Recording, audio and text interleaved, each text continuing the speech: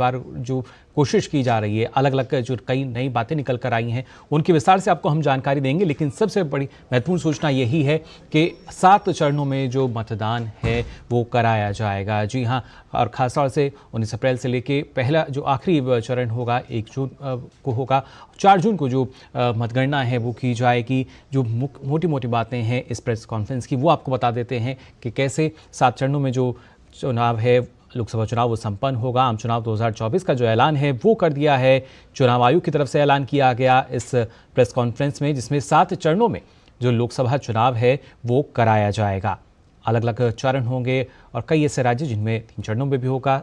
वहीं 4 जून की अगर बात की जाए तो लोकसभा चुनाव के नतीजे आएंगे, यानी जो 7 चरणों में मतदान होगा उसकी काउंटिंग होगी। पहले चरण में 19 अप्रैल को 102 लोकसभा सीटों पर चुनाव होगा। दूसरे चरण की अगर बात करें तो ये 26 अप्रैल को, और यहाँ पे अगर हम बात करें तो 89 सीटों पर चुनाव संपन्न कराया जाएगा। इसके साथ साथ तीसरे चरण की अगर बात की जाए, जो तीसरा फेज है, उसमें 94 सीटों पर इलेक्शन होगा, जो कि करीब 12 जो राज्य हैं इसमें शामिल होंगे। और 7 मई को यहाँ पे होगा जो मतदान है। अलग अलग चरणों की अगर बात की जाए, सबका जो नतीजा है वो 4 जून को आएगा। तो पहला चरण जो है वो देखिए 19 अप्रैल को मतदान होगा 102 लोकसभा सीटों पे, जिसमें 21 राज्य की जो 102 सीटें हैं वो शामिल हैं। 26 अप्रैल की अगर बात की जाए तो 89 सीटों पर होगा, जिसमें 13 राज्य शामिल हैं। और इसके साथ साथ अलग अलग चरणों में जो मतदान है वो किया जाएगा। हमारे संवाददाता शैलेंद्र लगातार हमारे साथ यहाँ जुड़े हुए हैं। शैलेंद्र, जानना चाहेंगे, जिसका इंतजार लंबे समय से किया जा रहा था, आज वो घोषणा कर दी गई है चुनाव आयोग द्वारा, और 7 चरणों में ही जो चुनाव हैं वो संपन्न कराए जाएंगे। ये देखिए, जिस बात को अक्सर हम जानते हैं कि इंतजार कर रहे थे कि कितने चरणों में चुनाव होगा, और इस बात का ऐलान कर दिया गया कि 7 चरणों में चुनाव होगा। पिछले लोकसभा चुनाव को अगर आप देखें तो तब भी 7 चरणों में ही चुनाव हुआ था। 7 चरणों में जिन राज्यों में चुनाव होने जा रहे हैं वो मैं बताना चाहूंगा। उसमें उत्तर प्रदेश है, बिहार है और पश्चिम बंगाल है। और अगर उत्तर प्रदेश में आप देखें कि 7 चरणों में किन किन चरणों में कहां पर चुनाव होंगे, तो उस लिहाज से आप देखें कि पश्चिमी उत्तर प्रदेश के उधर जो लोकसभा सीटें हैं, यहां से दिल्ली के पास से जहां से उत्तर प्रदेश शुरू होता है, यहां से पहले चरण से शुरू होकर काशी क्षेत्र, जहां वाराणसी, चंदौली, गाजीपुर जैसी लोकसभा आती है, वहां पर 7वें यानी अंतिम चरण में चुनाव होगा। और उससे पहले जो गोरखपुर रीजन है, या फिर उससे पहले आप देखें कि अवध रीजन है, या तराई बेल्ट है, इसमें लखीमपुर खीरी से लेकर बहराइच तक की सीटें हैं, तो वहां पर 5वें चरण में चुनाव होगा। इस तरह से चुनाव आगे बढ़ेगा। उत्तर प्रदेश हो, पश्चिम बंगाल हो या फिर बिहार हो, जहां पर 7 चरणों में चुनाव होगा। इसके साथ साथ कई राज्य हैं जहां पर सिर्फ 1 चरण में चुनाव होगा। दिल्ली पर बहुत सभी की निगाहें थी कि दिल्ली में जो 7 लोकसभा सीटें हैं वहां कब चुनाव होगा। तो जो छठा चरण है उसमें दिल्ली की 7 लोकसभा सीटों पर चुनाव होगा। तो ये बहुत एक तरह से रोचक, यानी 25 मई में जो छठा चरण होगा उसमें इंतजार कर रहे थे कि किस राज्य में कहां पर चुनाव होगा। एक बात और बताना चाहूंगा कि स्वागत किया गया है। बीजेपी के राष्ट्रीय अध्यक्ष जेपी नड्डा ने जानकारी दी है और आम चुनाव की तारीखों का ऐलान का स्वागत किया है। हमने देखा कि प्रधानमंत्री नरेंद्र मोदी ने आम चुनावों के तारीखों के ऐलान का स्वागत किया है। इस तरह से तमाम जो बड़े नेता हैं, राजनीतिक दलों के जो बड़े नेता हैं, शीर्ष नेता हैं, वो आम चुनाव के ऐलान का स्वागत कर रहे हैं। जी बिल्कुल शैलेंद्र, आप हमारे साथ बने रहिए। अनिल बंसल जी हमारे साथ जुड़ चुके हैं, वरिष्ठ पत्रकार हैं। अनिल जी, आपसे भी जानना चाहेंगे किस तरीके से एक नयापन जो है इन चुनावों में भी आप देख पा रहे हैं। 19 तारीख से शुरू होकर 1 जून तक ये चलेगा, 7 अलग अलग चरणों में चलेंगे, जैसे कि शैलेंद्र हमें बता रहे थे। और खासतौर से अगर हम उत्तर प्रदेश की बात करें, बिहार, पश्चिम बंगाल, जहाँ पे इन 3 राज्यों में 7 चरणों में मतदान संपन्न कराया जाएगा। देखिए, चुनाव जो मुख्य चुनाव आयुक्त हैं उन्होंने कई बातें कही। एक, कोई भी मतदाता छूट ना पाए। नए मतदाता बहुत हैं इस बार, जो उन्होंने 31 मार्च तक के लोगों को पहले ही, जो 18 वर्ष के होने वाले हैं उनको पहले ही एडवांस में मतदाता परिचय पत्र उनके बनाए हैं। दूसरे, 85 वर्ष से अधिक आयु के जो मतदाता हैं वो अगर चाहेंगे तो उनको घर से मतदान की सुविधा दी गई है।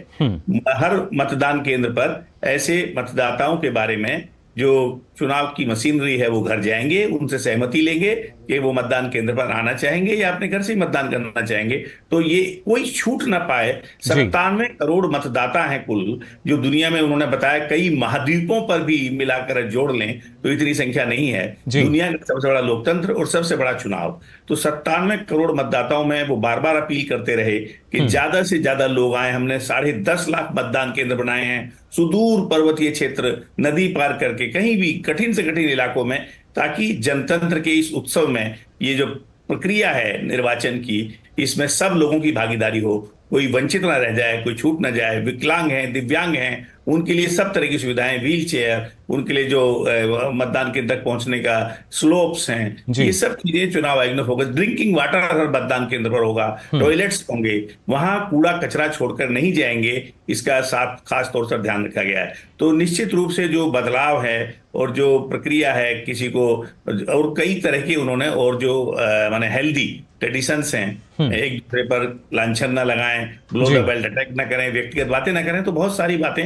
चुनाव आयोग ने कही हैं। और अच्छी बात यह है कि जो पिछली बार 7 चरण थे उनमें कोई बढ़ोतरी नहीं की गई है। 7 ही चरणों में ये चुनाव होगा और साथ में 4 राज्य हैं, उड़ीसा, अरुणाचल प्रदेश, सिक्किम और आंध्र प्रदेश, इनके भी साथ साथ चुनाव होंगे। और जम्मू कश्मीर के चुनाव को लेकर सवाल किए गए तो उन्होंने स्पष्ट कर दिया कि वहां चूंकि डिलिमिटेशन की प्रक्रिया चली, तो लोकसभा का चुनाव तो पहले से सीटें डिसाइड हैं, वो तो अभी आम चुनाव के साथ ही हो रहा है, और विधानसभा का चुनाव भी तय समय पर, जो सुप्रीम कोर्ट की गाइडलाइन है उससे पहले ही उनकी पूरी तैयारी है, पर सुरक्षा कारणों से वो इस समय साथ में नहीं करा पाए। ये मुख्य चुनाव आयुक्त ने साफ साफ बताया कि किसी के मन में कोई आशंका इसकी नहीं रहनी चाहिए। चुनाव आयोग की पूरी तैयारी है, जम्मू कश्मीर की विधानसभा का चुनाव भी होगा। जी बिल्कुल। और इसके साथ साथ अगर सिक्किम की हम बात करें, उड़ीसा की बात की जाए, आंध्र प्रदेश, तो यहाँ भी इन चुनावों के साथ ही जो चुनाव है, विधानसभा चुनाव जो हैं वो संपन्न कराए जाएंगे। और खासतौर से इसमें अनिल जी अगर देखा जाए, जो युवा की जब हम बात करें, जो युवा हैं, एक बात और उन्होंने कही, कुछ राज्यों की जो उपचुनाव हैं, जी 26 26 उन सीटों का उपचुनाव भी, वहां उस इलाके में लोकसभा का चुनाव जिस दिन होगा मतदान, उसी दिन उपचुनाव के लिए भी वोट पड़ेंगे। जी बिल्कुल। और आज की तारीख तक उन्होंने कहा कोई ये ना कहे कि अनरिप्रेजेंटेड रह गया। एक भी वैकेंसी है अगर कहीं किसी विधानसभा में, तो उसको भी शामिल किया जाएगा जो आज की तारीख तक होगी। तो ये जो चुनाव आयोग का पूरा अपडेट है और चुनाव आयोग की एकदम तैयारी है और मुस्तैदी है, और एक तरह से उनके उत्तरदायित्व तो अपना संविधान के प्रति है, लोकतंत्र के प्रति है, उसकी हमको दाद देनी चाहिए। जी बिल्कुल। और फिलहाल रांची से हमारे संवाददाता दिवाकर जो हैं वो भी हमारे साथ जुड़ चुके हैं। दिवाकर, अगर खासतौर से बात की जाए झारखंड की, तो यहाँ के लिए भी हमने देखा किस तरीके से जो लोकसभा चुनाव की तारीख है उसकी घोषणा कर दी गई है, किस तरह की स्थिति, और जाहिर तौर पर जो अलग अलग दल हैं वो तैयारियों में जुटे हुए थे, किस तरह का माहौल वहाँ? देखिए, निश्चित तौर पर लोकतंत्र के महापर्व को लेकर पूरी तरीके से झारखंड भी तैयार है। इस वक्त हम इलेक्शन कमीशन के दफ्तर में, और आप देख सकते हैं कि यहां पर भी किस तरीके से गहमा गहमी बढ़ी है और किस तरीके से चुनाव का जो पर्व है उसे बेहतरीन तरीके से मनाया जाए। और युवा वोटर्स हैं, चाहे जो नए वोटर्स जुड़े हैं, महिलाएं खासकर जो आगे आई हैं इस बार, तो किस तरीके से मतदान का प्रतिशत बढ़े, इसके लिए लगातार इलेक्शन कमीशन की ओर से लगातार सब जगह इस तरह से कैंपेन चलाया जा रहा है। और पिछले करीब 2-3 महीने से लगातार जो हम कह सकते हैं कि जो भी इलेक्टोरल रोल में गलतियां थी उसको लगातार सुधारा गया है और उसके बाद लगातार लोगों को इससे जोड़ा गया है। अगर हम आंकड़ों की बात करें तो करीब जो हम कह सकते हैं नए मतदाता जो झारखंड में है, करीब 13%, 18 से 19% के मतदाता इस बार झारखंड में बढ़े हैं। जो युवा की संख्या है वो करीब 2.5 लाख के आसपास बढ़ी है। तो एक तरीके से हम कह सकते हैं। और साथ ही साथ जो करेक्शन वोटर्स का हुआ है वो कुल आंकड़ा मिलाकर करीब 5 लाख नए वोटर्स भी इस बार जुटे हैं। तो उम्मीद की जा रही है इलेक्शन कमीशन की ओर से कि पिछले बार जो आंकड़ा था मतदान प्रतिशत का, उसको इस बार पार किया जाए और राष्ट्रीय स्तर को और सुधारा जाए, तो उसमें झारखंड भी अपनी भूमिका निभाएगा। और जिस तरीके से आप जानते हैं कि चूंकि झारखंड एक नक्सल प्रभावित इलाका है और यहाँ का जो क्षेत्रफल है और जिस तरीके से ये एक पहाड़ी और पठारी इलाका माना जाता है, उस लिहाज से यहाँ पर जो चुनाव है वो 4 चरणों में कराए जाने का फैसला हुआ है। और साथ ही साथ झारखंड में एक विधानसभा की सीट है, वहां पर भी उपचुनाव होना है, वो भी चौथे चरण में होगा। तो आप समझ सकते हैं कि झारखंड में भी किस तरीके से तैयारियां की गई है ताकि इस लोकतंत्र के महापर्व को सक्सेसफुली अंजाम तक पहुंचाया जाए और कोई भी लोग जो मतदान केंद्र तक पहुंचते हैं उन्हें सारी सुविधाएं मिले, इसके लिए भी इंतजाम किया गया। और शायद इसीलिए इलेक्शन कमीशन ने ये जो हम कह सकते हैं कि झारखंड में हालांकि 14 सीटें ही है लोकसभा की, उसके बावजूद 4 चरणों में चुनाव कराने के पीछे मकसद यह है कि लोग निर्भीक होकर बिना डरे हुए मतदान करें और मतदान केंद्रों पर जो तमाम ऐसी व्यवस्थाएं हैं, जो इंतजाम किए जाने चाहिए, वो सारे इंतजाम हो, इसके लिए इस तरह का व्यवस्था यहां पर किया गया है। जी बिल्कुल, पूरी पारदर्शिता के साथ जो चुनाव है संपन्न हो सके। और आपको बता दें, आम चुनाव 2024 की तारीखों का ऐलान हो चुका है और प्रधानमंत्री नरेंद्र मोदी ने सोशल मीडिया एक्स पर एक संदेश लिखा है। उन्होंने लिखा है कि लोकतंत्र का सबसे बड़ा त्यौहार आ गया है। इलेक्शन कमीशन ने 2024 लोकसभा चुनाव की तारीखों का ऐलान कर दिया है। हम भाजपा एनडीए चुनाव के लिए पूरी तरह तैयार हैं। हम सभी क्षेत्रों में सुशासन और सेवा वितरण के अपने ट्रैक रिकॉर्ड के आधार पर लोगों के पास जा रहे हैं। तो ये उन्होंने संदेश लिखा है और लगातार हम चर्चा कर रहे हैं। हमारे साथ जो खास मेहमान जुड़े हुए हैं, अनिल जी, और जानकारी आपसे हम लेना चाहेंगे। जिस तरीके से आपने बताया कि जो जब अलग अलग चरणों की हम बात करते हैं तो कहीं ना कहीं एक चुनौती चुनाव आयोग के सामने रहती है कि कैसे पारदर्शिता के साथ शांतिपूर्ण तरीके से हम जो चुनाव है संपन्न करा पाएँ, और उसी के लिए अलग अलग चरणों में भी हम देख पा रहे हैं। लेकिन अगर देखा जाए, और जो चुनाव आयुक्त थे उन्होंने कहा कि पिछले 2 साल से लगातार हम इसी मेहनत में लगे हुए हैं और बड़ी मेहनत के बाद जो अब स्थिति हमारे सामने आई है, बहुत मेहनत का ये नतीजा है कि जब हम चुनाव की तारीख की घोषणा करने जा रहे हैं, किस तरीके से और जो बदलाव की स्थिति है वो इन चुनावों में नजर आएगी। जैसा आपने कहा कि जो वरिष्ठ नागरिक हैं जिनकी उम्र 85 साल से ज़्यादा है, करीब 82 लाख उनका आंकड़ा है, तो उनको सहूलियत दी जा रही है। मूलभूत सुविधाओं का भी उन्होंने जिक्र किया है। आपको मतदान का अवसर मिले, इसकी तो पूरी पुरजोर कोशिश चुनाव आयोग कर ही रहा है। असली बात है लोकतंत्र में पारदर्शिता और निष्पक्षता के साथ चुनाव हो। इसके लिए मुख्य चुनाव आयुक्त ने बताया कि जो लेवल प्लेइंग फील्ड है वो बरकरार रहे, इसकी पूरी कोशिश चुनाव आयोग ने की है। वो जो 4M उन्होंने जिक्र किया, 4M पर खास फोकस चुनाव आयोग का है। वो मनी पावर है, मसल पावर है, मिस इन्फॉर्मेशन कैंपेन है, और जो मॉडल कोड ऑफ कंडक्ट है उसका वायलेशन होता है। तो वो उन्होंने खास तौर पर बताया कि लोगों को आइडिया नहीं होता कि पिछले 1 वर्ष में जो 11 राज्यों के विधानसभा चुनाव हुए हैं उसमें कितनी बड़ी मात्रा में कैश बरामद किया गया है चुनाव की आचार संहिता के बाद। ये लोगों को आइडिया नहीं है। पहले की तुलना में तो बहुत ज्यादा सख्त हुआ है। देखने में चुनाव आयोग लगता है जैसे उसके पास कोई नेल एंड टूथ नहीं है, वो दंत विहीन है, कोई कार्रवाई नहीं कर सकता। लेकिन पूरी कार्रवाई मुस्तैदी के साथ चुनाव आयोग अपनी सीमाओं में रहते हुए, लेवल प्लेइंग फील्ड रखते हुए उसने ये किया है। और उन्होंने कहा कि हम बिल्कुल प्रयोग हर तरह से बैंकों खातों में, सब आयकर विभाग सब पूरे मुस्तैद रहेंगे। कोई धन बल से प्रभावित ना कर पाए, कोई अपने बाहुबल से प्रभावित ना कर पाए। गलत सूचनाएं प्रसारित करेंगे उन पर भी कार्रवाई होगी, IT एक्ट के तहत कार्रवाई होगी। और जो मॉडल कोड ऑफ कंडक्ट है उसमें भी मुख्य चुनाव आयुक्त ने बताया कि आरोप कोई कुछ भी लगाए, हमारे लिए सब समान है। कोई कितना ही ताकतवर हो, कितने ही बड़े पद पर हो, कितने ही छोटे पद पर हो, जो भी कोई उसका उल्लंघन करेगा हम उस पर अपने नियमों के अनुसार कार्रवाई करेंगे, नोटिस देंगे। तो किसी को शिकायत का मौका उन्होंने, और खासतौर से EVM के बारे में उनसे बहुत सवाल पूछे गए, जो EVM पर लगातार आरोप लगते रहे। उन्होंने बड़ी बातें बताई, पूरा अपना होमवर्क करके वो आए थे। उन्होंने बताया कितनी बार देश की सारी अदालतें हैं, हाई कोर्ट्स हैं, सुप्रीम कोर्ट है, जो इस तरह की मिस कैंपेन चलाया जा रहा है। जी बिल्कुल अनिल जी, और हमारे जो संवाददाता हैं वो अलग अलग जगह से हमारे साथ जुड़ रहे हैं, उनसे भी हम यहाँ बातचीत कर रहे हैं। शैलेंद्र हमारे साथ जुड़े हुए हैं। शैलेंद्र, अगर देखा जाए, क्योंकि जिस तरीके से अभी तक हमने देखा था कि जो चुनाव आयोग जिस तरीके से घोषणा की और उसके बाद से ही कहीं ना कहीं जो प्रतिक्रियाएं आ रही हैं, आपने भी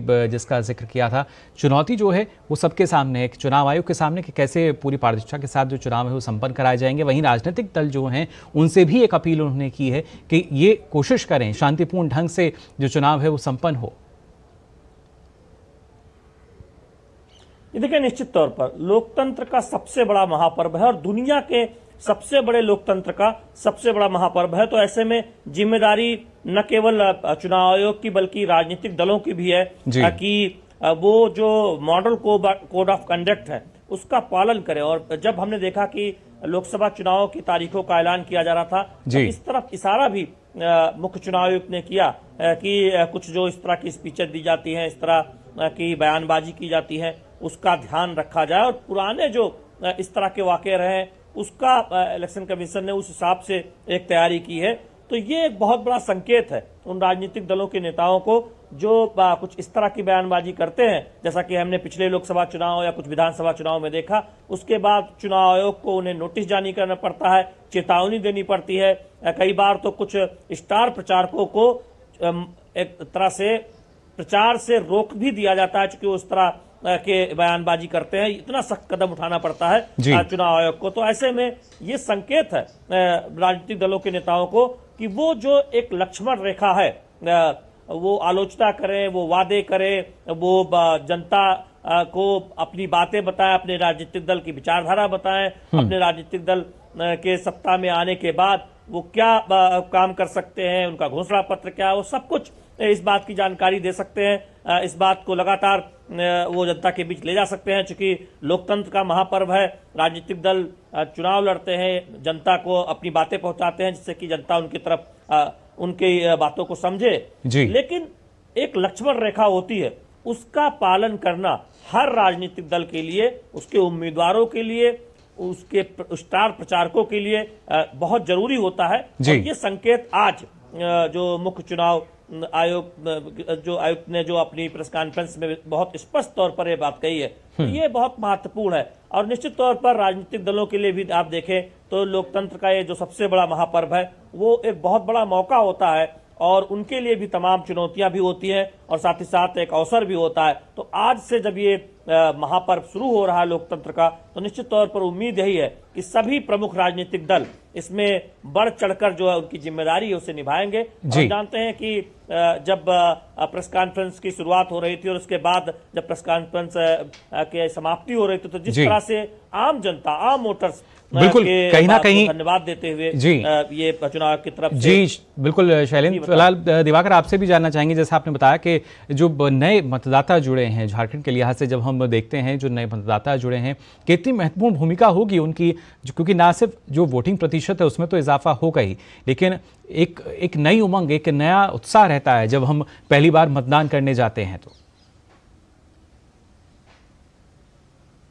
देखिए, निश्चित तौर पर एक उमंग और उत्साह का तो माहौल होता ही है। अगर हम झारखंड की सिर्फ बात अगर करें, बैकग्राउंड में जाएं, तो झारखंड में करीब 2.5 करोड़ के आसपास मतदाता है। उसमें से 1 करोड़ 29 लाख पुरुष मतदाता है और 1 करोड़ 24 लाख महिला मतदाता है। लेकिन इस बार जो मतदाताओं की संख्या बढ़ी है, जो हम कह सकते हैं कि युवा वोटर्स जो बढ़े हैं, जो 18 से 19 साल के युवा वोटर्स जुड़े हैं, और उनकी संख्या करीब 5 लाख के आसपास बढ़कर होती है, और वो आंकड़ा करीब 15% बढ़ा है जो हम कह रहे हैं। तो उसमें महिलाओं की संख्या बढ़ी है, तो आप समझ सकते हैं कि लड़कियां बढ़ी है। और लगातार जब इलेक्शन कमीशन की ओर से जब कैंपेन चल रहा था, तो गजब का उत्साह, चाहे वो यूनिवर्सिटीज हो, कॉलेजेस हैं, जो दूसरे संस्थान है, वहां पर गजब का उत्साह दिख रहा है। और सिर्फ ये जो युवा वोटर्स हैं, वो सिर्फ अपने वोट नहीं करेंगे, ये युवा वोटर्स अपने घर, परिवार, नाते, रिश्तेदार और आसपास के जो लोग हैं उनको भी मोटिवेट करेंगे कि आखिर चुनाव के इस लोक पर्व में हम सबों की जिम्मेदारी है, हम पहली बार वोट करने जा रहे हैं, तो हमारे साथ अब हमारे अभिभावक भी चले। तो एक तरीके से हम कह सकते हैं कि वो मोटिवेशनल फैक्टर भी होंगे परिवार के लिए, समाज के लिए। और जब वो निकलकर बाहर आएंगे, तो निश्चित तौर पर इस बार जो हम लगातार हम लोग कह रहे हैं कि देश आजादी का अमृत महोत्सव मनाने वाला है, तो निश्चित तौर पर, क्योंकि पिछले बार जब 2019 का लोकसभा चुनाव हुआ था, तो ये आंकड़ा मतदान का करीब 67% था। तो इस बार हम लोग उम्मीद कर रहे हैं, और इलेक्शन कमीशन लगातार जिस तरीके से इंतजाम किया है और लगातार जागरूकता कैंपेन चल रहा है स्वीप के जरिए, तो ये उम्मीद की जा रही है कि इस बार वोटिंग में भी देश आजादी का अमृत महोत्सव मनाएगा, और उसमें जो युवा मतदाता है उनकी एक बड़ी भूमिका होगी। तो निश्चित तौर पर हम लोग उम्मीद करके चले कि ये लोकतंत्र का जो महापर्व है, एक बड़ा फेस्टिवल की तरह, जिस तरीके से हम होली, दिवाली और दूसरे त्योहार, चाहे वो जिस भी इलाके के त्योहार है, उसको सेलिब्रेट करते हैं, कुछ उसी तरीके से जब ये लोकतंत्र का महापर्व देश में अगले 7 चरणों में मनाया जाएगा, तो वो उत्साह दिखेगा, और ये लोकतंत्र का महापर्व सक्सेसफुली संपन्न होगा, और उसमें देश आजादी का अमृत महोत्सव भी मनाएगा निश्चित तौर पर। जी बिल्कुल। और आइए रुक कर लेंगे लखनऊ का। विकास जो है हमारे संवाददाता, वो हमारे साथ जुड़े हुए हैं। विकास, अगर जिस तरीके से उत्तर प्रदेश की अगर बात की जाए, क्योंकि 7 चरणों में यहाँ मतदान संपन्न होगा, बड़ा राज्य है, 7 चरण में अलग अलग 19 तारीख से लेकर अगर हम देखते हैं 1 जून तक जो चुनाव है वो संपन्न कराया जाएगा। किस तरह की स्थिति, कौन कौन से, जो अगर संख्या की बात की जाए, कितने नए मतदाता हैं उत्तर प्रदेश में? जी बिल्कुल, पिछली बार की तुलना में इस बार उत्तर प्रदेश में मतदाताओं की संख्या बढ़ी है और अभी कुछ ही देर बाद 6 बजे यहां पर मुख्य चुनाव अधिकारी के द्वारा एक प्रेस वार्ता आयोजित की गई है। लेकिन आपको बता दूं, उत्तर प्रदेश में लगभग जो 7 चरणों में चुनाव हो रहे हैं, इस बार खासतौर बात ये रही है कि जो पहले चरण में खासतौर से पश्चिम की जो सीटें ज्यादा थी, इस बार पश्चिम की कम सीटें रहेंगी और लगभग मुरादाबाद तक जो है पहले चरण में ही चुनाव होगा। तो फोर्स का डिप्लॉयमेंट काफी ज्यादा आसानी से होगा इस बार। इस इलेक्शन कमीशन ने जिस तरीके से जो इसमें व्यापक व्यवस्थाएं की हैं, 7 चरणों में उत्तर प्रदेश में लगभग चुनाव कराए जाएंगे। पहले चरण में 8, दूसरे चरण में 8, फिर 10, फिर 13, 14, 13। तो इस तरीके जो है कह रहे हैं फोर्स का डिप्लॉयमेंट होगा। शांतिपूर्वक और निष्पक्ष मतदान के लिए यहाँ पर प्रॉपर फोर्स तैनाती की जाएगी। इससे पहले यहाँ पर चुनाव आयुक्त आए भी हुए थे। उन्होंने प्रेस कॉन्फ्रेंस में यहाँ के सारे अधिकारियों को निर्देश दिए थे कि शांतिपूर्वक और निष्पक्ष मतदान के सख्त निर्देश दिए थे। 3 साल से अधिक कोई भी अधिकारी ना रहे, उसकी ट्रांसफर की बात कही गई थी। तमाम सारे सख्त निर्देश दिए गए थे कि लोग शांतिपूर्वक और निष्पक्ष मतदान करें और ज्यादा से ज्यादा लोग आए। इस बार इलेक्शन कमीशन का मानना है कि 70% से ज्यादा वोट पड़े इस बार। खासतौर से पिछली बार जो हमने देखा था, खासतौर से जो शहरी इलाके थे वहां पर जो मत प्रतिशत कम होता है, उसको बढ़ाने के लिए अभी से कैंपेन चालू कर दिया गया है यहाँ पर और काफी ज्यादा लोगों को जागरूक करने के लिए प्रयास किए जा रहे हैं। तमाम सारे अभियान चलाए जा रहे हैं और चुनाव आयोग का यही इस बार खासतौर से मानना है, जो सबसे बड़ी बात हुई है कि 85 वर्ष से उम्र के ज्यादा लोगों अब अपना मतदान कर सकेंगे। चुनाव आयोग उनके घर तक पहुंचेगा, तो निश्चित रूप से वो इस बार उनकी संख्या बढ़ेगी। और जो युवा वोटर है, युवा वोटर इस लोकतंत्र के महापर्व में जरूर शामिल होते हैं, क्योंकि उनमें सबसे बड़ा उत्साह रहता है कि पहली बार वो जा रहे हैं वोट डालने के लिए। तो निश्चित रूप से इस बार उत्तर प्रदेश में मत प्रतिशत बढ़ेगा और उत्तर प्रदेश की 80 की 80 सीटें लोकसभा में तैयार है। 7 चरणों में चूंकि यहाँ पे चुनाव होगा, तो उत्तर प्रदेश में लगातार चुनाव की सरगर्मी बनी रहेगी। जी बिल्कुल, और वही जो सरगर्मी है शुरू भी हो चुकी है। आज जैसे ही चुनाव आयोग की तरफ से चुनाव के लिए जो तारीखों का ऐलान है वो किया गया। और खासतौर से अनिल जी, अगर देखा जाए, क्योंकि कई सवाल जो हैं वो चुनाव आयोग पर भी उठाएगा और उनका जवाब भी चुनाव आयुक्त ने, हम कह सकते हैं, बहुत बेहद ही शांतिपूर्ण ढंग से उन सभी सवालों का जवाब भी दिया। लेकिन ईवीएम की अगर खास तौर से बात की जाए, क्योंकि जिस तरीके से ईवीएम को लेके बार बार इस तरह की शिकायतें आई, लगातार हम देख पा रहे हैं कि कहीं ना कहीं एक जो नयापन है वो नज़र आता है ईवीएम के ज़रिए ही। और जितने तेज़ गति से, क्योंकि कोशिश यही की जा रही है कि 4 तारीख जो अब मुकर्रर एक तरीके से की गई है कि मतगणना की जाएगी, तो ईवीएम के ज़रिए हम मान सकते हैं कि 7 चरणों का जो चुनाव है वो सरल तरीके से भी एक ढंग से हो पाता है। देखिए, हमने देखा जब पहले मतपत्र के जरिए मतदान होता था तो मतगणना में कितना लंबा समय लगता था। एक मतदान केंद्र की नतीजे आते थे, 1-2 दिन में नतीजे आते थे। तो ईवीएम से आसान हुआ। जो ईवीएम पर आरोप लगते हैं, मुख्य चुनाव आयुक्त ने अदालतों के फैसले सुनाए, हाई कोर्ट, सुप्रीम कोर्ट, जो इस तरह की गलत याचिकाएं दायर करते हैं उन पर जुर्माना लगाया और कहा कि जब कई बार परीक्षण हो चुका है। और मुख्य चुनाव आयुक्त ने खास तौर पर यह कहा कि जो कुछ लोग विशेषज्ञ बने बैठे हैं और सोशल मीडिया के माध्यम से प्रचारित करते हैं, एक डिब्बा टाइप का ले आते हैं और कहते हैं ये ईवीएम है, इसमें ऐसा करके दिखाता हूं, वैसा करके दिखाता हूं, तो कोई उनको वो चैलेंज नहीं करता। और ये सब बातें भ्रामक हैं। और जो उन्होंने बड़ी बात कही वो ये है कि हर बार ऐसा नहीं है कि कोई एक ही दल हर राज्य में लगातार जीतता रहा है। सीटों पर दूसरे दल हारते जीतते रहे हैं, सरकारें बदलती रही हैं। अगर ईवीएम में गड़बड़ होती तो फिर राज्यों में सरकारें न बदलती। ये अपने आप में एक प्रमाण है। और उसके बावजूद भी अगर लोग लगाते हैं तो वो उन पर वो कुछ उनका कर नहीं सकते, क्योंकि वो अपना काम ईमानदारी, पारदर्शिता और निष्पक्षता के साथ करते हैं। उनकी जिम्मेदारी संविधान के प्रति है। बिल्कुल अनिल जी, दोबारा आपके पास मैं लौट कर आऊँगा। हमारे वरिष्ठ संवाददाता हैं ऋषि, उनका रुख कर लेते हैं। ऋषि, अगर देखा जाए जिस तरीके से जो इंतज़ार किया जा रहा था, ना सिर्फ राजनीतिक दल बल्कि आम जनता को भी इंतज़ार था कि आखिर कब उन्हें मतदान करने का जो मौका है वो मिलेगा। और पिछले बार की तरह इस बार भी चुनाव आयोग ने, हमने देखा कि 7 फेजेज जो हैं, 7 चरणों में वो बात कही है कि चुनाव है संपन्न कराया जाएगा। हाँ बिल्कुल, देखिए भारत के लोकतंत्र की प्रगाढ़ होती परंपरा में अब 18वीं लोकसभा का जो पूरी की पूरी प्रक्रिया है अब वो शुरू करने का जो ऐलान चुनाव आयोग ने आज कर दिया है। हम जानते हैं कि 7 चरणों में अब ये चुनाव होगा, लेकिन सबसे दिलचस्प बात यह है कि 22 राज्यों में सिर्फ एक ही चरण में चुनाव हो जाएगा जी। यानी कि ये जो पूरी की प्रक्रिया है, इसको इस मायने में चुनाव आयोग ने संज्ञान में लेते हुए ये फैसला लिया है कि 7 चरणों में होगा, जहां जिसकी जैसी ज़रूरत है और जिस तरीके से चुनाव संपन्न कराने की जो आसान विधि है और लोगों को अधिक से अधिक लोगों को बूथ तक पहुंचाने की जो प्रक्रिया है वो सुगम बनाने का जो प्रयास है वो इन घोषणाओं में दिखाई देता है।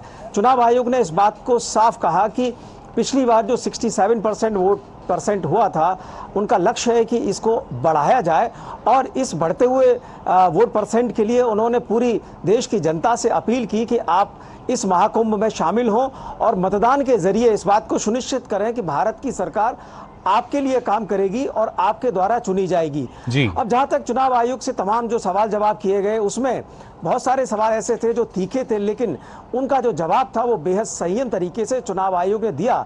जैसा कि हमारे मेहमान भी बता रहे थे कि ईवीएम को लेकर जो सवाल हमेशा पूछे जाते हैं उस पर आयोग ने पूरी तरीके से स्पष्ट कर दिया कि 40 से अधिक मामलों में जो संवैधानिक पीठ है चुनाव आयोग को इस मामले में कोर्ट की फैसलों से स्वीकृति दी गई है कि ईवीएम किस तरीके से इस पूरे प्रोसेस में सेफ है और सिक्योर है और इसको किसी भी तरीके से टेम्पर नहीं किया जा सकता है जी। उन्होंने इस बात का हवाला दिया कि कई बार ऐसा हुआ है कि जो पार्टी ईवीएम का विरोध करती हुई दिखी और उसी को जब सत्ता मिल गई तो उसने वो विरोध बंद कर दिया। तो उन्होंने कहा कि, और इस पर एक शेर भी कहा कि इस शेर के माध्यम से उन्होंने साफ कहा कि हम पर इल्ज़ाम लगाने से पहले आप इस बात को देखें कि आपका जो कामकाज है वो आप कैसे कर रहे हैं और अपनी काम को ईमानदारी से करेंगे तो जनता आपके साथ खड़ी होगी। तो कुल मिला के सिरे से खारिज किया।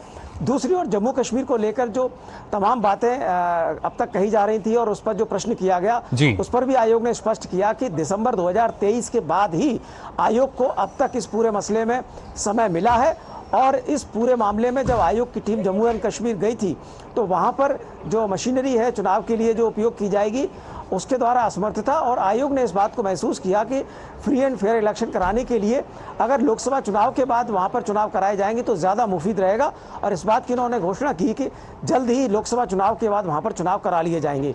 एक और महत्वपूर्ण सवाल जो था जिसमें कि मीडिया के द्वारा ये सवाल पूछा गया कि वो भी कई बार अपने कामकाज की वजह से वोट नहीं डाल पाते हैं, तो इस पर आयोग ने कहा कि हम ये संज्ञान इस बात का लेते हैं और कोशिश की जाएगी कि इस बार मीडिया को वो पोस्टल बैलेट के जरिए वोट डालने का प्रावधान हो। इस बात को हमने बाद में जानने की भी कोशिश की और इसमें आयोग की तरफ से कहा गया कि पुरजोर कोशिश है आयोग की कि इस फैसले पर वो अमल में लाए, लेकिन हाँ इस पर अभी भी किसी भी तरीके का फैसला ऑफिशियल डिसीजन जब तक नहीं होता है तब तक, लेकिन हाँ प्रयास करने की बात आयोग ने जरूर की है। जी बिल्कुल, ये अपने आप में काफ़ी अहम कि किस तरीके से देखिए जो चुनाव है वो संपन्न हो रहे हैं, वो भी विश्व का सबसे बड़ा लोकतंत्र हमारा देश भारत, वहाँ इन लोकसभा चुनाव की घोषणा की गई है। और खासतौर से दिवाकर आपसे भी जानना चाहेंगे हम, जैसा आप लगातार बता रहे थे कि अब कहीं ना कहीं एक जो शंखनाद है वो चुनाव के लिए हो चुका है, हर एक दल जो है तैयारी में था और वही अब हम कह सकते हैं कि और ज़्यादा जो तैयारी के साथ हर जो दल है वो कमर कस चुका है और उसका जो असर है वो शायद अब नज़र आने लगेगा।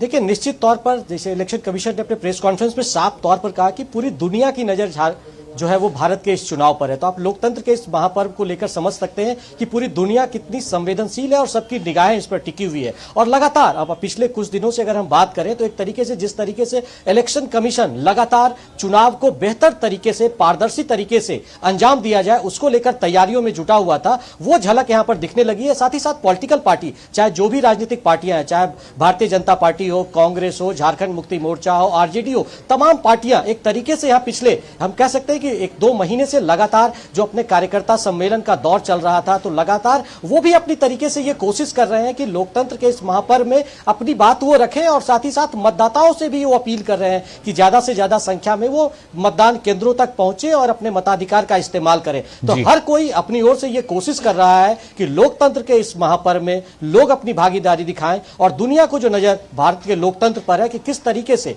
दुनिया का जो ये सबसे बड़ा लोकतंत्र है वो चुनाव कराने के मामले में भी पारदर्शी तरीके से, बेहतरीन तरीके से और बिना किसी लाग लपेट के और बिना किसी दुर्घटना, बिना किसी घटना के शांतिपूर्ण तरीके से मतदान होता है, तो उसका एक मैसेज दुनिया में भी जाता है। क्योंकि जो भारत का निर्वाचन आयोग है उसकी प्रशंसा हर तरफ होती है कि इतने बड़े देश में जहां पर आप कह सकते हैं कि अगर 90 करोड़ के आसपास मतदाता अपने मताधिकार का इस्तेमाल करते हैं तो आप समझ सकते हैं कि ये कितनी बड़ी चुनौती है। लेकिन उसके पारदर्शी तरीके से और बेहतरीन तरीके से अंजाम देने में जब चुनाव आयोग सफल होगा तो की चर्चाएं निश्चित तौर पर होगी। और झारखंड जैसे जो दुर्गम इलाके हैं, यहां पर आप समझिए कि करीब 30,000 पोलिंग स्टेशन बनाए जाते हैं चुनाव के दौरान। वो आंकड़ा करीब 29,551 के आसपास है। तो आप समझ सकते हैं कि कितना जो एक माइक्रो लेवल पर इसकी तैयारी होती है। हर जगह पर कहीं पे अगर 10-20 लोग भी हैं कि अगर उनको वहां पे मतदान करना है तो उस तरह के इंतजाम किए गए हैं और वहां पर बाकायदा सेट बनाने के इंतजाम। और झारखंड में एक बार अच्छी पहल इस बार यह की गई है कि जितने भी मतदान केंद्र है वहां पर सोशल ऑडिटिंग कराई गई है ताकि वहां पर जो सुविधाएं हो, टॉयलेट की सुविधाएं हैं, पीने की पानी की सुविधाएं हैं, रैंप की सुविधाएं, ये तमाम सुविधाएं बहाल की जाए। यानी किसी को भी किसी भी तरह की जो दिक्कत है हो रही है और उसकी झलक इस बार 2024 के चुनाव में देखने को मिलेगी। जी बिल्कुल, यानी किसी को भी किसी भी प्रकार की जो दिक्कत है, परेशानी है, उसका सामना ना करना पड़े। और खासतौर से विकास अगर देखा जाए, क्योंकि उत्तर प्रदेश से जो 80 सीटें हैं लोकसभा की, और जैसा आप बता रहे थे कि कहीं ना कहीं जो हर राजनीतिक दल है तैयारी में है, लेकिन जो तैयारी है वो हम मान सकते हैं कि उत्तर प्रदेश से हो जाती है। 80 सीटें हैं, सबसे ज़्यादा सीटें, और 7 चरण में यहाँ मतदान संपन्न होगा। और आने वाले समय को अगर देखा जाए, क्योंकि ना सिर्फ नए मतदाता हों बल्कि जिस तरीके से हमारे जो संवाददाता थे वो बता रहे थे कि किस तरीके का जो बदलाव है वो देखा जाएगा, तो ये तमाम बदलाव के साथ साथ कहीं ना कहीं, क्योंकि चुनाव आयुक्त थे, उन्होंने इस बात पे जिक्र किया कि जो चुनाव का पर्व है वो देश का गर्व है, और उस लिहाज से उत्तर प्रदेश जो है काफ़ी महत्वपूर्ण। जी बिल्कुल, उत्तर प्रदेश बहुत ही महत्वपूर्ण होता है और कहा भी यही जाता है कि उत्तर प्रदेश के जरिए ही दिल्ली का रास्ता जाता है। और यहाँ 7 चरणों में जो मतदान हो रहा है उसको लेकर व्यापक तैयारियां चुनाव आयोग ने कराई हैं। इस बार खास तौर से ये है कि मतदाता पोलिंग बूथ पे जाए, उसके लिए पिछली बार की तुलना में इस बार और ज्यादा सुविधाएं मुहैया कराई जाने की बात कही जा रही है। वहां पर पानी, पीने के पानी समेत तमाम सारी चीजें व्यवस्था रहेंगी। जो भी दिव्यांग जन होंगे उनके लिए व्हील चेयर की सुविधा उपलब्ध रहेगी। और सबसे बड़ी बात एक खास तौर से ये रहेगी, जो 85 वर्ष से ज्यादा उम्र के लोग हैं उनको मत डालने के लिए चुनाव आयोग खुद उनके घर तक जाएगा। तो ये तय माना जा रहा है इस बार की उत्तर प्रदेश में मत प्रतिशत काफी ज्यादा बढ़ेगा। और अगर बात करें उत्तर प्रदेश में राजनीतिक दलों की तैयारियों की, तो हम देख रहे हैं काफी जिस तरीके से उत्तर प्रदेश में चुनाव प्रचार अब काफी तेजी में होगा। लेकिन अगर पार्टियों की हम बात करते हैं उत्तर प्रदेश में, तो भारतीय जनता पार्टी का चुनाव प्रबंधन बाकी दलों की तुलना में काफी ज्यादा आगे है। हम देख सकते हैं बहुजन समाज पार्टी ने अभी तक अपने प्रत्याशियों की सूची नहीं जारी की है, कांग्रेस ने उत्तर प्रदेश के प्रत्याशियों की सूची नहीं जारी की है। तो तमाम सारी चीजों में अब तेजी आएगी राजनीतिक गतिविधियों में। लेकिन इन सबके बीच इलेक्शन कमीशन का ये खास तौर से जोर रहेगा कि ज्यादा से ज्यादा मतदाता अपने मताधिकार को प्रयोग कर सके, चाहे वो बुंदेलखंड के राज्य हो, चाहे विंध्याचल के क्षेत्र हो। तमाम सारे सुदूर जो क्षेत्र होते हैं वहां पर पोलिंग बूथ पे बनाए जा रहे हैं, कुछ नए पोलिंग बूथ बनाए जा रहे हैं जहां पर मतदाता आसानी से जाकर अपना वोट डाले। और वोट डालने के लिए खासतौर से उनको वहां पर पर्याप्त सुविधाएं भी रहें, क्योंकि वो उस समय काफी ज्यादा गर्मी के दिन रहेंगे। तो गर्मी के दिनों में काफी ज्यादा बैठने की व्यवस्था हो, वहां पर तमाम सारी व्यवस्थाएं जो होती हैं वो वहां पर पोलिंग बूथ पे की जाएंगी। बूथ बनाए गए हैं ढेर सारे, वहां पर महिलाओं को कुछ ही सारे कार्य करेंगी। तो तमाम सारे आकर्षित करने के लिए मतदाताओं को अभियान चलाए जा रहे हैं। और उत्तर प्रदेश निश्चित रूप से इस बार 70% का अंक पार करेगा। जी बिल्कुल, कोशिश यही की जा रही है कि हर एक मतदाता जो है अपने मताधिकार का इस्तेमाल कर सके। फिलहाल विकास, दिवाकर और ऋषि, आपका बहुत बहुत शुक्रिया हमारे साथ जुड़ने के लिए। तमाम हमारे संवाददाता जो हैं वो आगे भी हमारे साथ जुड़ेंगे, उनसे भी हम यहाँ पे बातचीत करेंगे और जानेंगे किस तरह की स्थिति नज़र आ रही है अब